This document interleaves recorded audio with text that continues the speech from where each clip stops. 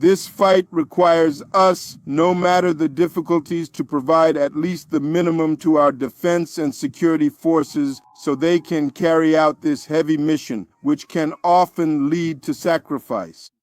Ultimately, the enemy, one must know this, the enemy did not fall from the sky. The enemy was first introduced into our Sahelian region during the years 2012 to 2013, and gradually, over time, this enemy was transformed with the ongoing support of sponsors who infiltrated them into dangerous monsters, attempting to colonize our entire region. What if I told you the chaos in the Sahel didn't just fall from the sky? What if the suffering of millions in Mali, Niger, Burkina Faso, was part of a carefully crafted plan? In this video, we uncover a hard truth. The Sahel crisis was introduced, not born. And behind this tragedy are forces both foreign and local, whose goal is to destabilize, divide, and control Africa. This is a message rooted in truth and inspired by voices like General Abdourahmane Tchiani, a man who dared to speak up for African sovereignty. This is not just a history lesson. It's a wake-up call. Africa, it's time to rise. Before 2012, the Sahel was facing challenges, poverty, climate, stress, and inequality. But it was also a region of resilience, with rich traditions, strong communities, and leaders trying to stabilize their countries. Nations like Mali and Niger were working to strengthen democratic systems, invest in development, and build regional cooperation. There was hope, not perfection, but progress. The Sahel is not barren land. It is a historical crossroads of trade, culture, and civilization. The same region that once connected West African empires through gold, salt, and scholarship. Timbuktu was not a myth. It was a center of learning, centuries before colonial borders existed. But progress threatened interests, and in geopolitics, where there is potential for independence, there is often interference. Everything changed in 2012. The fall of Libya's Gaddafi, orchestrated by NATO-backed forces, triggered a domino effect in the region. Weapons flooded into the Sahel. Former fighters returned. Militias emerged, destabilizing northern Mali almost overnight. The Tuareg rebellion and the rise of jihadist groups were not organic uprisings. They were inflamed by the vacuum left in Libya, fueled by arms, ideology, and foreign silence. Then came the foreign solution, military intervention. France launched Operation Serval, later Operation Barkhane, claiming to fight terror. But over a decade later, the terror has spread, not diminished. The number of armed groups has multiplied. Civilian deaths have increased. Borders have collapsed. How do you explain military presence for 10+ years and worsening conditions? The answer is simple. The presence is not always about peace. Sometimes, it's about presence itself, strategic influence, access to resources, and regional control. Foreign military bases dot the Sahel, French, American, European, and yet the region remains in turmoil. The question must be asked: who benefits from a weak Sahel? Natural resources are abundant: uranium in Niger, gold in Mali, oil, and gas reserves. A stable, sovereign Sahel might decide to manage those resources for the benefit of its people. That's a threat to global corporations and foreign interests. Destabilization serves as a justification for ongoing presence. The narrative of terror gives cover to extract resources, influence elections, and maintain control. Leaders who resisted this system often faced pressure, economic, political, or even coups. But a new generation is rising, voices like Tchiani in Niger, Ibrahim Traore in Burkina Faso, and others calling for a reawakening of Pan-African values. These leaders are not perfect, but they represent something powerful: the end of fear and the rebirth of self-determination.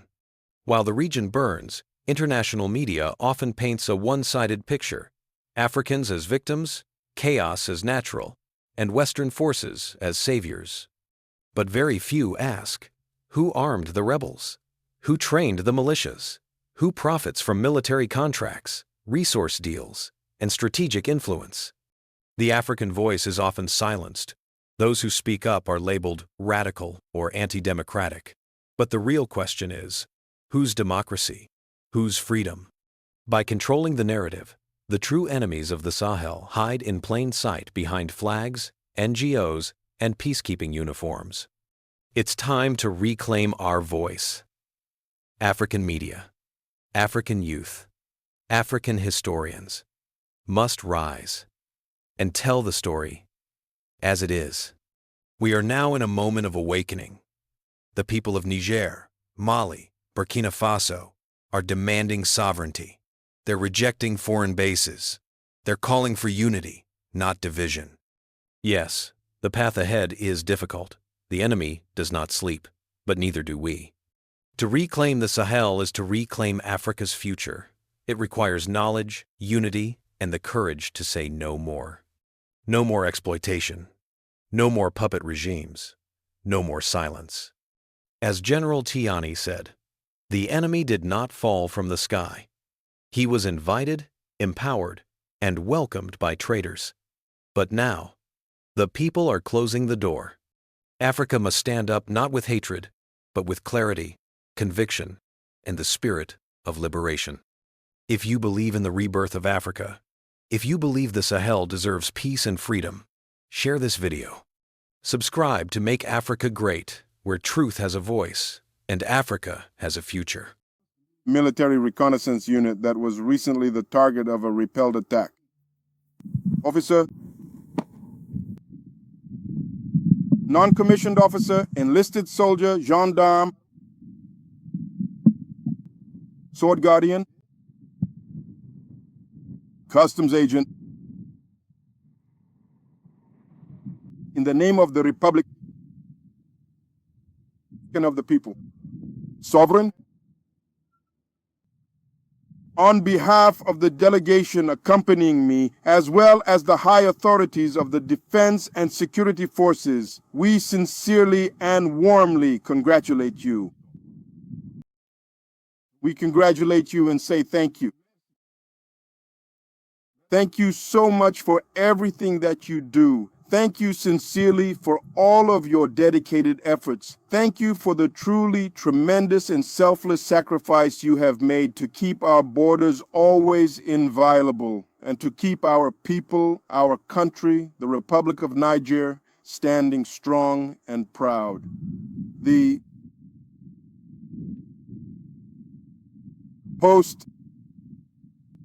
Defense and Security Forces post at Asmaka has been, as you undoubtedly know better than I do, the target of several attacks or attempted attacks, with the most recent infiltration attempt occurring less than 24 hours ago, thanks to your ongoing vigilance and heightened alertness. Thanks to your unwavering professionalism and dedication, you were once again able to successfully repel this attempted act of aggression in a dynamic and highly effective manner. On behalf of my entire delegation, we sincerely congratulate you for this truly heroic act. If our country is still standing, if our country has regained control of the situation, if our country has taken back and maintained the initiative, it is thanks to the tremendous sacrifices made by the Defense and Security Forces.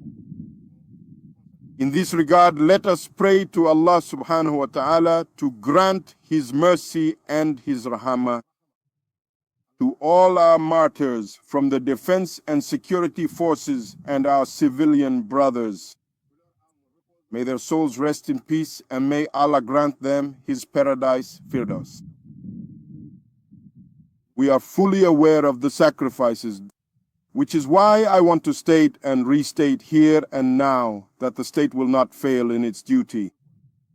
That of recruiting the Defense and Security Forces, which is a crucial and foundational step. That of training the Defense and Security Forces, ensuring that they are fully prepared and equipped with the necessary skills and knowledge. And finally, that of providing the Defense and Security Forces with the means, whatever type of means, whether material, logistical, or otherwise, commensurate with the mission and the expectations we have of these Defense and Security Forces.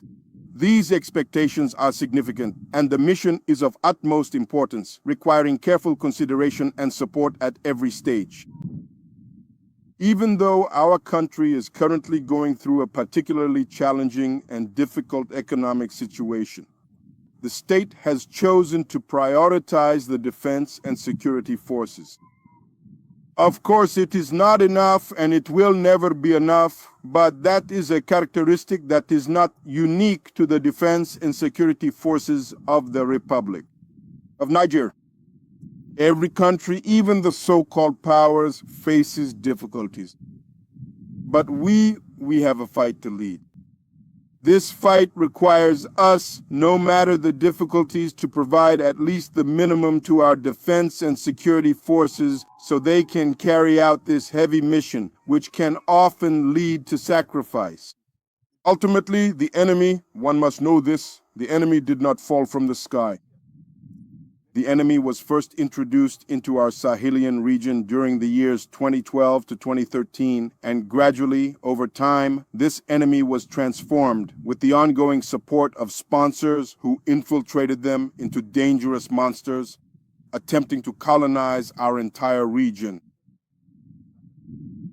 It is in response to this that, as conscious nations, Niger, Burkina Faso, and Mali have taken their destiny into their own hands. We know that no power in the world will come and fight this battle for us. It is our historical responsibility. It is our responsibility today, and it will be our responsibility tomorrow if we want to preserve, to keep intact the legacy that our worthy predecessors have passed down to us. Dear Defense and Security Forces, I know the task is difficult. I am aware that the needs are immense. But rest assured, the state will do everything possible so that these needs, however great they may be, can receive support. An initial implementation, if not one already fully completed, so that you, who have made the ultimate sacrifices, can continue to carry out your mission effectively. Whether it is the land component of our defense or security military forces, or the air component, the state will not fail. I know that you have many expectations, especially since, in addition to the threat from enemies, there is also the environmental threat. Currently, based on the signs we are observing, it may be a sandstorm that is forming. But this should not distract you, should not make you lower your guard, because it is in moments like these that the enemy strikes to deliver the fatal blow. Therefore, we urge you, and especially urge you, to listen to the advice and instructions of your leaders. They truly know what they are talking about when they tell you to stay vigilant. We do not have the right to let our guard down. You are the spearhead of the Garquois force. You are the spearhead of our country's defense and security forces. For this reason, it is all the more important to remain constantly vigilant. The enemy will use treachery to catch you off guard. The enemy will use this very treachery because the sponsors who trained them use this same treachery to attack our countries more than 130 years ago. It's the same story, the same behavior. You know what I'm talking about. When the enemy is capable of carrying out attacks in mosques, when the enemy is capable of booby-trapping the bodies of fallen civilians so that other civilians who want to give them a minimum of dignity become victims as well. The ultimate act as well. So it is clear that the enemy has no limits when it comes to treachery. He is just like his sponsor. And you must never let your guard down. If a convoy approaches your position, no matter what color or flag it displays, stay alert. The enemy is treacherous. He is a chameleon, capable of taking on any form. We have seen the same situations in the past. The enemy will use the same strategies or the same treacheries, the same tricks to approach and surprise you. I can never say it enough. You surely know this, since certainly among you others have already faced this kind of situation. that I have just listed. I won't be long, since the journey is long. Expectations are high back home. We simply want to say thank you, congratulations, and stay vigilant. The state, the resilient people, and the spouses of the defense and security forces will continue to support you. Support, even if only moral, so that you can carry out your missions with professionalism, success, and a great deal of commitment and dedication. Long live the Republic. Long live all the defense and security forces who are at the forefront of the battle, who are the shield and pillar of our country. May Allah grant you His mercy. May He continue to protect you. May He continue to watch over you. The state will do the rest, God willing. Thank you very much. Thank you, Africa.